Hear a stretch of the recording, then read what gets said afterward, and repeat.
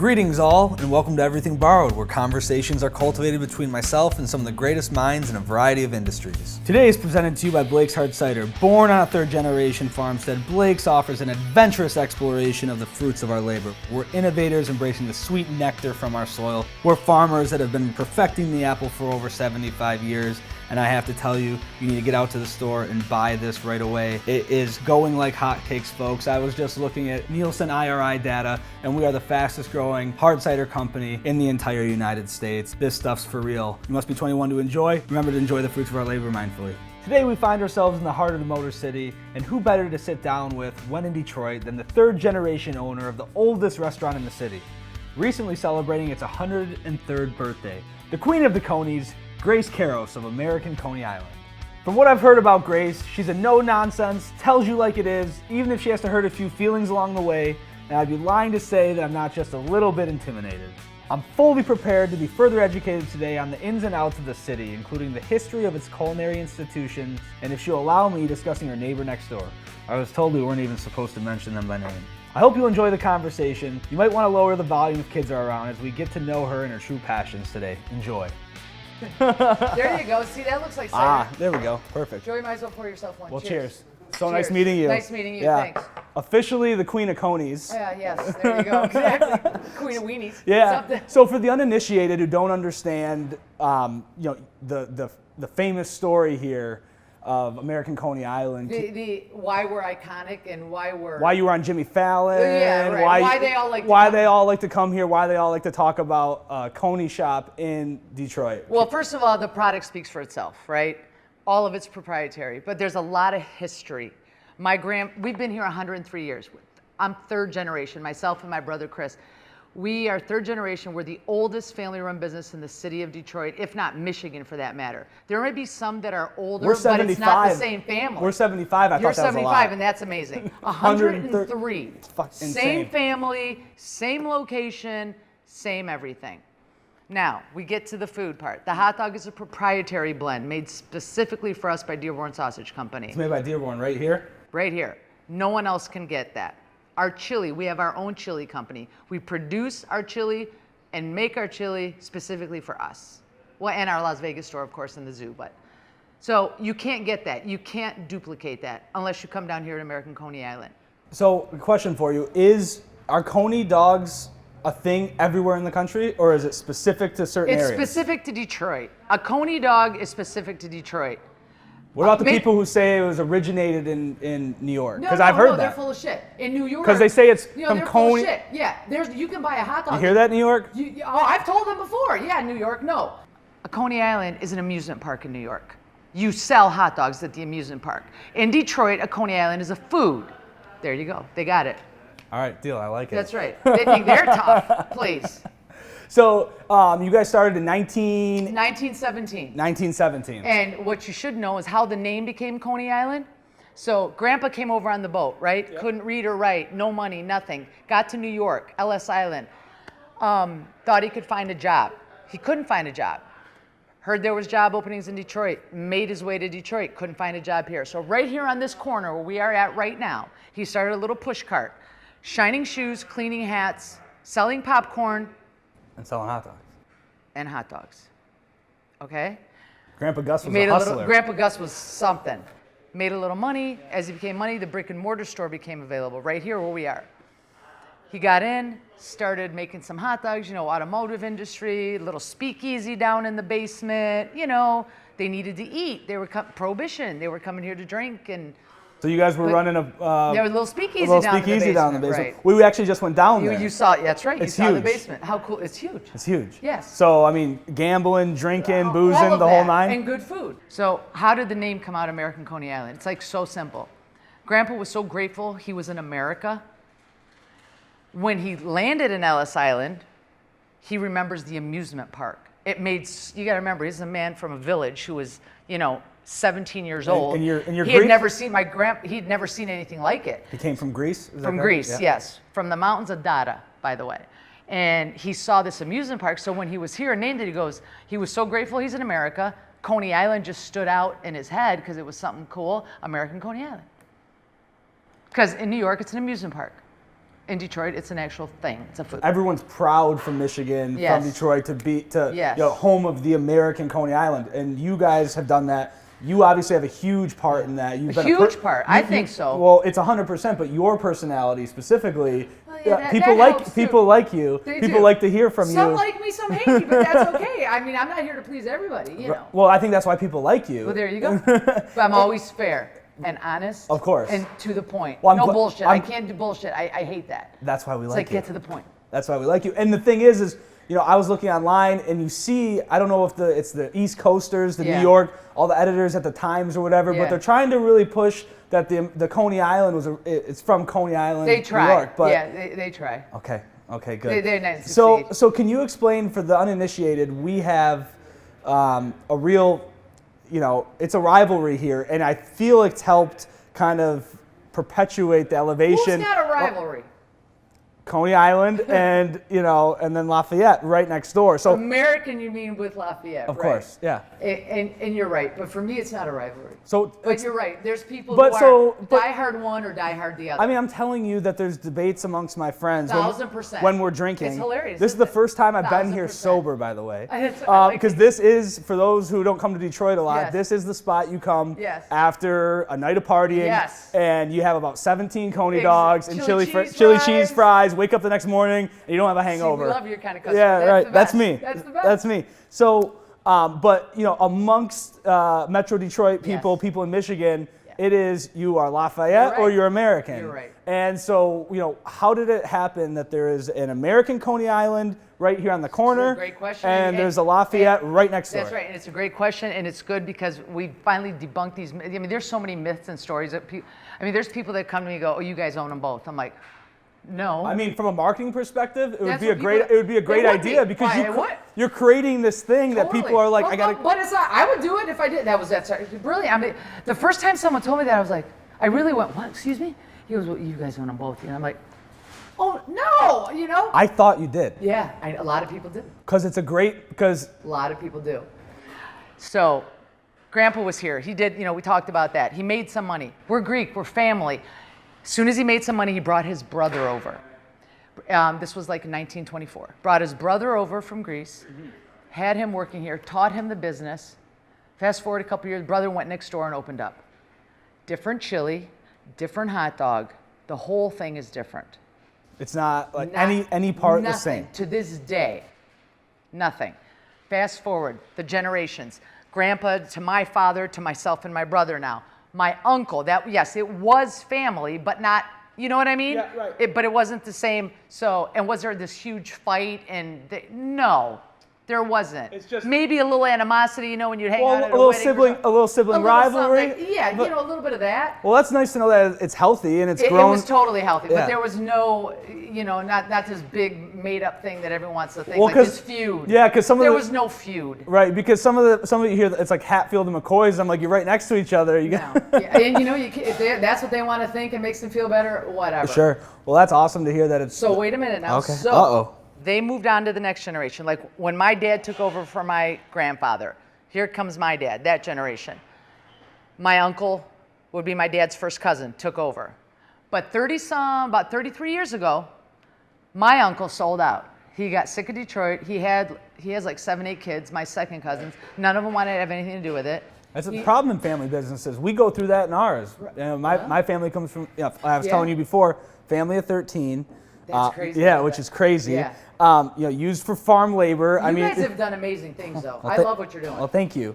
And we had 13 kids. My dad and uncle took it over. Now it's my generation, Yeah. and it's a really hard thing to maintain Yes. because it just becomes a different thing with does. every generation, and you have to find ways to figure out if it's staying in the family or it's not. And you can't blame gotta- people who want to get out, and you can't. understand what But you got to really love it, and you have to, not only do you just inherit it, you also have to move it into the next direction or into the next step. Right. And adapt, as I think you have done. Right. Well. I mean, ice skating rinks, winter thing. I mean, you've done it. Well, you've done it. You're in Vegas.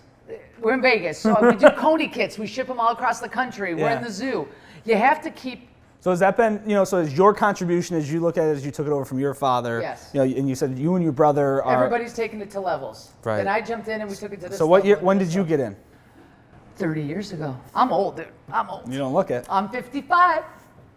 Aged well. It must be the Coneys. Yeah, it must be. Exactly. So, when you got in, it was just one location? Just here? Just here. Just here.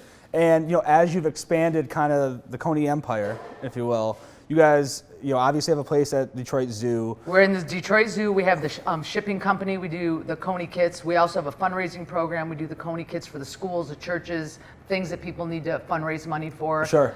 We have American Coney Island, Las Vegas at the D Hotel. And now we just opened up Victory Burger and Wings at Circa, which is a new resort and casino in Vegas. So you guys are kind of leaning into the Vegas scene pretty heavy. How'd that happen? We're killing the Vegas scene. How'd it happen? The owner, But we didn't finish the story about the family situation. So my generation comes into the picture, myself and my brother. They sold out, so they're not family owned and operated anymore. My uncle sold out to the employees there. So there is no... That was nice of him. Right. He could have offered it to us. That would have been nice. Could have offered it to somebody, but he didn't. Yeah. So there you go. No family connection at all whatsoever now. So everybody figure this out. That is the truth.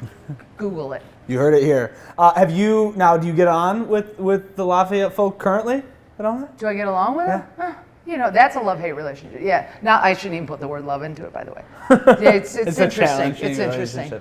One of the reasons why we started this podcast and the show was because social media, everyone being locked down, Republican, Democrat, opinion. There wasn't really enough conversation. Everybody got an opinion means shit. Yeah, but no one wants to talk. No. Everyone has an opinion, but no one wants to have a conversation. Throw out about their 2 cents and don't. Right, and so the whole point was to get interesting people such as yourself to sit down and talk about what's going on in their business, what's going on in their world, life, opinions on what's going on, for those who don't come down to Detroit every day, what's it like currently and all that sort of thing. So I love it. I mean, it's a great idea. Yeah, so that was kind of the impetus behind it, and then it kind of took off, and now we might be booking the Nuge. Ted Nugent on the show in a few weeks. So good for you. And you should. Congratulations. So we'll see. It'll be interesting if we can sit down and talk with him. You will. You'll get there. Yeah.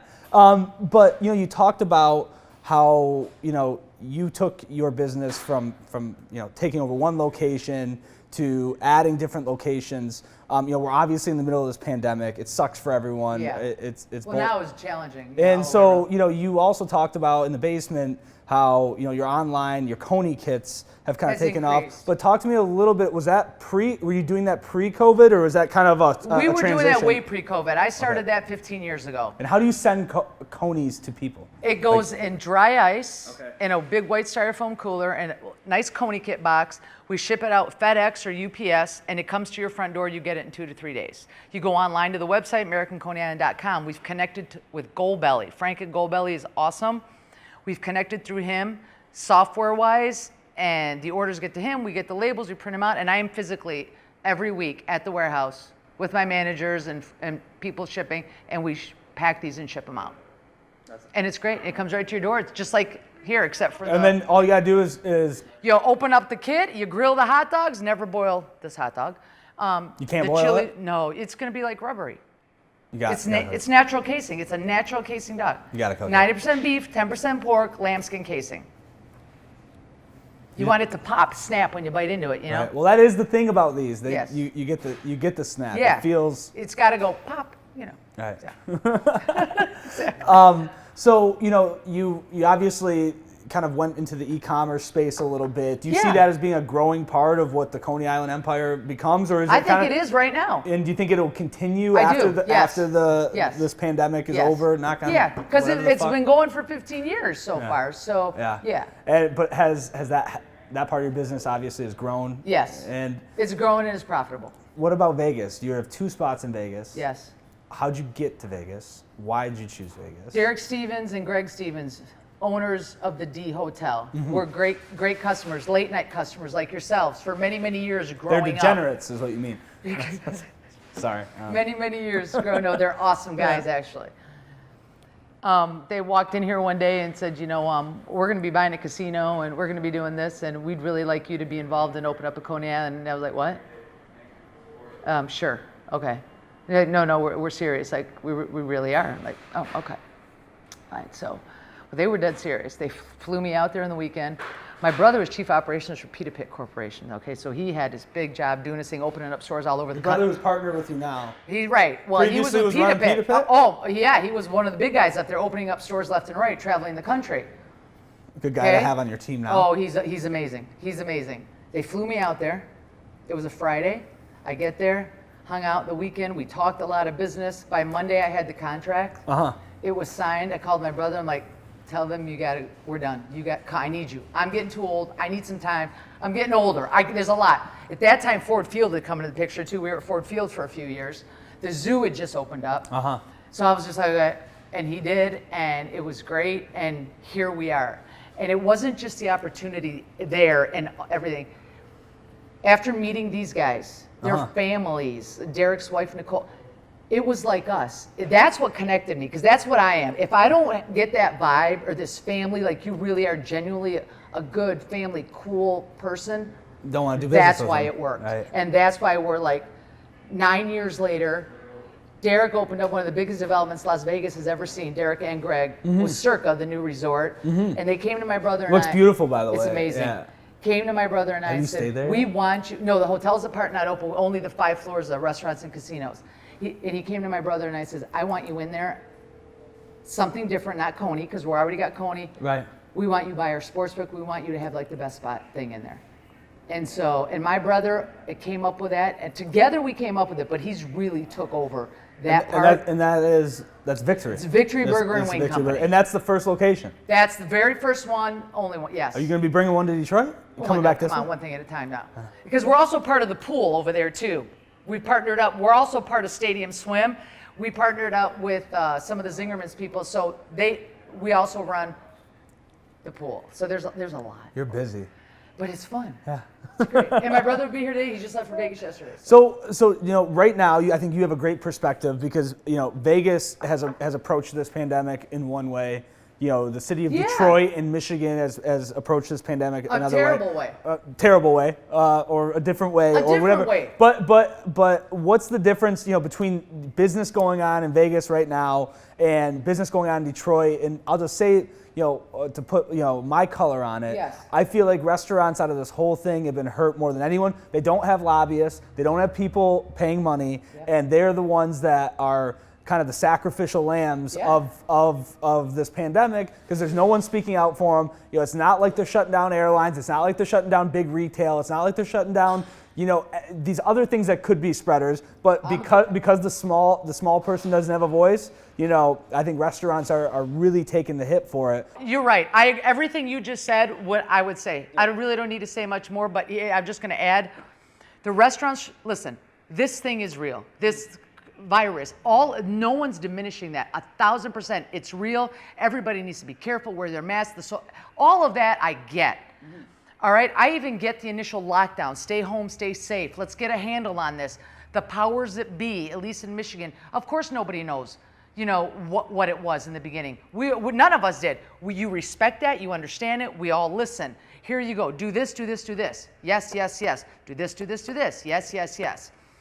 We get out of it. Summertime's coming. Everybody's running around. Open up your dining rooms at 50%. And not that 50% of a dining room was filling up even at 50%, by the way. Right.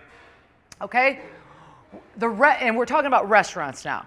I can't speak for everyone, but everybody's suffering. So we followed every list. We had lists and emails from the Restaurant Association, from the City of Detroit, State of Michigan, how and when you reopen. And I could have stayed open through the whole thing. I could have even done just carry out.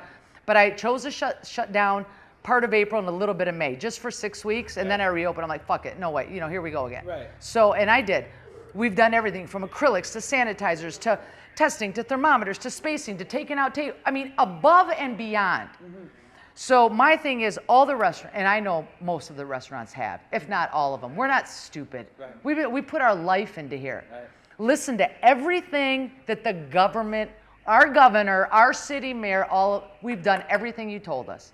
But they didn't listen to us, and they're still not listening. And all of a sudden, here we go again, shut us down again. I almost feel that it's gotten so out of hand with lack of leadership across the board. The leadership sucks. And then they have to act like they're doing something. So their act like they're doing something is, make sure you wear your mask, and we're doing a shutdown to all the businesses. Well, if everybody's wearing so many masks, and how come all these cases are up again? And by the way, Where is the metrics and the numbers for this? Where is the data and the science? Have you seen any that's like for real? I mean, you're killing people in the nursing homes. I mean, we figured that out. It's killing old people. Where is the data? Where's the science? Where's your metrics about keeping the restaurants closed down? The thing that I'll say is I feel like it's the easy pickoff for, for governors or for politicians to act like they're taking action. Yeah. And I think my critique would be, it's maybe at times a false sense of security for the public that they're actually doing something. And I think there needs to be a little bit more humility in the fact that we can't do anything with this virus. It is going to, continue to spread through our population until people get vaccinated. Yeah, until we get some sort of herd immunity, and we need to be safe. We need to be responsible. Here's the other thing, though. What about self-responsibility as far as an individual taking responsibility for your own action, if you want to walk in here or not, or if you want to do this or not. If you have been around people, do not go around grandma. And respect that. Yeah, of course. And I feel like it's and not to politicize the matter, and I don't think it should be. But I don't think us as restaurant people or you as your business do. No, but the politicians correct. politicize it, and we're suffering because of it. I mean, for instance, we have a You-Cut Christmas tree farm, and people come out and cut Christmas trees with their families. It's an experience. I love that. It's like a Hallmark movie. Yeah, and here's what's happening now. Certain families aren't wearing masks outside. God forbid. They're getting narked on and called by other customers who see them not wearing masks. Oh yeah. And I'm like, what are you supposed to do? I'm like, is that and we're like, we're not the police here. That's the thing. I think we didn't have it here? Yeah, it's insane. Fighting with people? And you know what? And for businesses to try to navigate where this whole thing is at, governments can't navigate it. I mean, and they're supposed to be, have we've the been best. told to be the police for them. We're the ones that are doing their job. And the thing is no one's been through this before. No. We're all winging it. Everyone's trying, and so people need to take a level of understanding that we're all trying our best. People are trying. People need to be not so reactionary. Take a step back and understand that we're just in unprecedented times. But the more I talk to, I've been very, very, reluctant to really speak out on any capacity because who knows? I'll speak out. I know, care. But my opinion, what does it mean? Do I know anything? It no, means maybe. A lot. Yes, you do. But the thing that I'm finally realizing is I finally, and it's not a good thing, have businesses reaching out and they're like, yeah, we're closing down this location, we're consolidating, and it's like, well, what's the effect of that? The mental health effect of that, the jobs that aren't being lost, financial security, your confidence, all those things. I mean, those are real things too. So to put into policy just, don't get coronavirus, here's the death rates of coronavirus. What about all the other things that we should have nuanced conversation about? But no one wants to talk about it. It's literally, you just, you're irresponsible or you're this or that. And that's how I feel where the conversations got to, where there's like 8 other things that should be discussed, and we don't talk about it. So you need to talk to the governor. She wouldn't listen. She don't listen to anybody. I do think that Michigan's in an interesting place. It's a great place, and the city of Detroit's a great city. Yeah. So Detroit gets a bad rap. It always has from the outside, right? I think it's finally getting back some of that, I always feel very proud. I feel like we're gritty as entrepreneurs. There's a lot of tenacity. With tenacity, we'll kick anyone's ass. Yes. We'll say fuck you. Where we're from, even though we know how fucked up and messed up the city is, because it's not perfect. Right. Of course, but we're so proud of it. We have that, and there is a lot of love, and people care for people down here. Right. And I feel like that's something special for Detroit, but people don't understand our city, I don't think, or they don't understand, kind of the uniqueness and the kind of mentality that it has. But a lot of them that haven't come down here are able to talk in social media from afar, just because it's easy to just say whatever bullshit you want, and not even know what you're talking about. Right. Well, and to that, I do feel for the people who don't really know Detroit but come down, as a tourist, as a once, twice a year experience down to Detroit, I feel like they end up at American Coney Island. They do. They all come So here. I feel like this is kind of like wherever they go, the Fox Theater, Comerica Park, Ford Field. They come here. All the events, you'll see them coming in. They're coming in here from tuxedos to ice skating. Everybody. Right. So, because we're open. We're not open 24 hours anymore. Eventually, we'll get back to that. Right.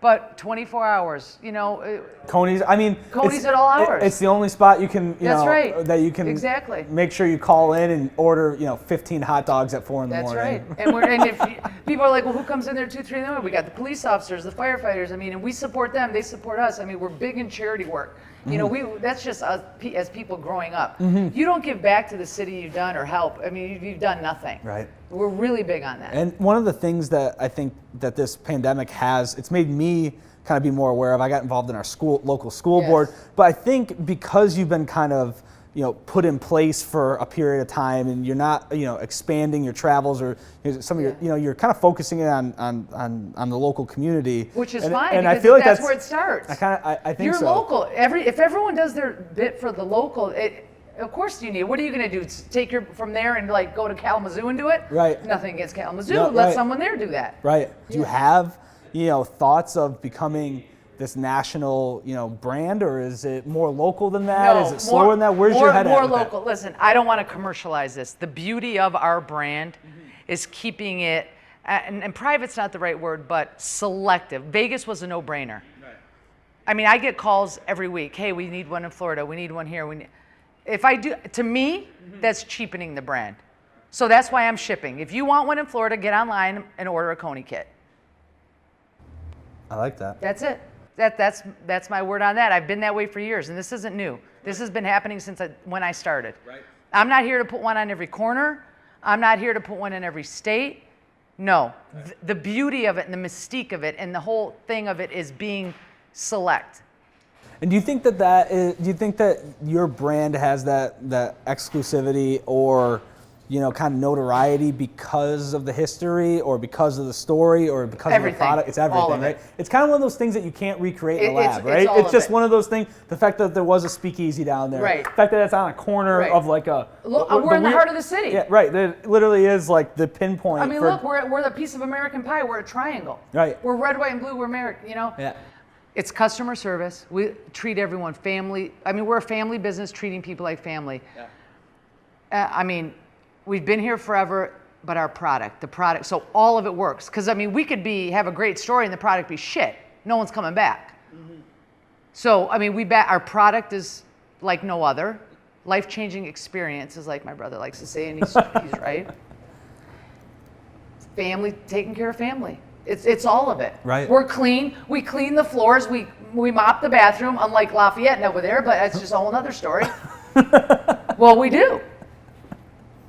I mean, I'm a chick owning a restaurant. I mean, come on, it's spotless. Yeah. So talk about that a little bit. I feel like, as it relates to Detroit businesswomen, I feel like you are one of the, there's probably 3 or 4 that you really put out there as being, faces and have voices and that communicate to the public. Yeah. I feel like was that intentional? Did it just happen because of your Greek nature? This is me. Anybody who knows me, they wouldn't. If you see me quiet or not speaking out, they go, "What's wrong? What's happened to her?" Right. This is just me. I'm like this every day, all day. He just told my general manager Joey back there the other day. I was, running around. He goes, well, "How do you do this?" I don't know. I just keep doing. That's just. Yeah. Do you have fourth generation that's looking to get involved in the business? How do you feel? We'll find out. I don't know. Yeah, because I have nieces and nephews. We'll see if they want to get involved. Because it's always for us. And does your family discussion, by the way? Because for me, this is like a thing my mom and my sisters always worked on. Because my brother, me, we sit down for family dinner. Yeah. And literally just goes right to work. No. And then my mom is like, Yeah, no. We'll talk about something else. We'll do a little bit. So does that happen with you guys, or do you have to It's a little bit of both. Yeah. It's a little bit of both. Yeah. It's one of the challenges people don't realize with family businesses is like it's family and it's business, and then you end up not talking about your relationships or other stuff like that. You're like just talking about the Coney shipments that didn't go out, or right. whatever. It's a little bit of both, but we've learned as we've gotten older to lessen that. I think. Yeah. So it gets better. Yeah. And then sometimes it doesn't. Well, you got to work on it. It takes some thought and effort. Yeah. See, so my dad's a twin. Oh, and they're the principal owners of of all the Blake stuff. Yeah. And so they think exactly alike, they talk exactly alike. So not only do you have to have like arguments or conversations with like one of them, you got double trouble. Yeah, like double trouble. So now I finally have enough siblings and cousins that are like coming up. Now you have a bigger voice. Yeah, exactly. Yeah, because you're the next generation. Yeah, so that's right. Yeah, so we're on third, working on 4. That's amazing. And they don't like change as much. I don't know if you ran into that every so often. Like, sometimes they're like, it's like slow. It's like slow. Yeah, they get there. But it's like it's a process, and I think that it's a process, but that's kind of like what every generation's supposed to do, right? Kind of challenge kind of the status quo. Yeah. Move it along. Yep. Be patient with the generations, because you get in your habits. I mean, I'm in my habits already. I'm 31, That's right. and so Nothing a wrong little with bit that. of patience with all that. So nothing wrong with how do you feel about how long? American Coney Island's in a different place, obviously, because of the notoriety, the brand you've built. But you got to still work hard at it and keep it going. I mean, right. But when you look at kind of surviving the pandemic and kind of what's going on from a restaurant perspective, I mean, how we're operating right now with, it's terrible. Takeout. I mean, it's terrible. No one can survive on carryout. No one can, right? Nobody can. And I mean, restaurants were hard enough to Begin survive. with. The margins, the margins are nothing. Right. I mean, you got a little food waste. You got a cook who doesn't know what they're doing. Whatever. You're done. Fucked, right. Exactly. So yeah, you have to be smart. Save a little bit for a rainy day. A little bit of everything. Know how to cut costs once. Say, hey, you're going to be shut down another 3 weeks, another 4 weeks. Right. But yet you can only do so much. I mean, we're 9-10 months into this thing, for God's sakes. Yeah. I mean, how much more can we do? How much more can you save? How much more rainy days can you save for? Right. And how do you save the last 9 months when there's been nothing to save? Well, here's the other thing, though. How do you shut down a business without giving them ample financial? If you're a government that's going to force a business to shut down, shouldn't there be some sort of business assistance? Because they're amateur. Yeah, there should be definitely. You can't just shut us down 3 weeks right before Christmas, another 3 weeks, lay off all the staff, and think that everyone's going to be happy with this decision or be able to survive. Right. I mean, I've said from day one, I'm not a health expert. If you're saying that you have to shut down a certain business for the betterment of the country, we get that. We get it. But where's the support to make sure that those businesses don't go away? Yeah, there you go. You said it. Where's the support, number one? Where's your metrics with this whole thing? Next, we'll keep going. Either shut it all down. To me, another thing that drives me crazy is every other day, our governor's coming out, or the powers that be, the health department guy now, like they're not, come on. So anyways, okay, this 25 to 10% of this is open, but this is not. Oh, well, this is open. Okay, now this is not. 4 people here. What? Yeah. Well, what is it? I know. Well, here's the other thing. It's a full-time job. Just finding out what the updates are. But you can't even find out the proper information from the updates because they're half-assed and the data's half-assed and the website sucks for the state of Michigan. Hello. So there you go. Oh, that's funny. And there's people still waiting to get unemployment from the first round. It's fucked up, right? Yes. Well, do you think that now that things are done, now that we had this whole political thing, and obviously that with a virus, with an economy struggling, do you feel like 2021 is going to kind of normalize out here? We got a vaccine coming. At some point, it's got to normalize somehow. Right. It's going to be up to us to do it. Don't expect the powers that be to make it normal for us. Yeah, so I've lost faith in all of them. No, I'm going to make I will in our business, in our families, in our life. We have to as best as we can. Yeah, and that's one of the things I really like about people who take a level of ownership or self-responsibility. I don't see how, other than everyone taking a sense of ownership, self-responsibility, and everybody just pass the buck. Blame this, blame him, blame. You keep blaming people, you got problems. Move on. Right. I love that. That's like the Greek mentality in you. It's just what I've been brought up with. I don't know any different. Yeah. It's just like, put on your big girl panties or big boy panties and get with the program. Yeah. That's all. Well, Grace, Queen of the Coneys, I really appreciate sitting down with you. This is so fun. Thank you. Did you have fun? This is delicious. You like it? Yeah, it's the pear one. Yeah. And I'm usually an IPA, not too fruity, but it's not very sweet. This is a good one. Grizzly pear, made with pears, not bears. That's the cheesy. That's the cheesy tagline that's on there. I need my readers. I can't. I see the grizzly pear, but I don't see the rest. All right. Well, it'll be in American Coney Island. I think we're gonna put this in here. Yes. Okay. God. Oh my God. Well, thank you This so was a blast. Did you have fun? Oh, this is a Will blast. you come This out? was- Well, you need to Yeah, come I north. want to come out there. And I'll bring nieces and nephews out there. We're going to come and... We got an ice skating rink. We I got a can't bar. ice skate. It doesn't I'll matter. be at the bar. The kids can ice Yeah, skate. right. My nieces... Well, I'm telling you, I want to bring them out there. We'll have a blast. Well, you have my number. Just I look do. me up. And you got to try our attempt at a Coney dog. It's not. It's Yeah, we'll inspired have fun by. with it. it's I'm going to inspired- jump back there and show them how to really do it. All right, I like it. Thank you so much. Thank you. Yeah. It was great. Thanks for tuning in, everyone. I hope you remember that everything in life is borrowed, so make sure to love hard, work hard, stay humble, and help each other out along the way.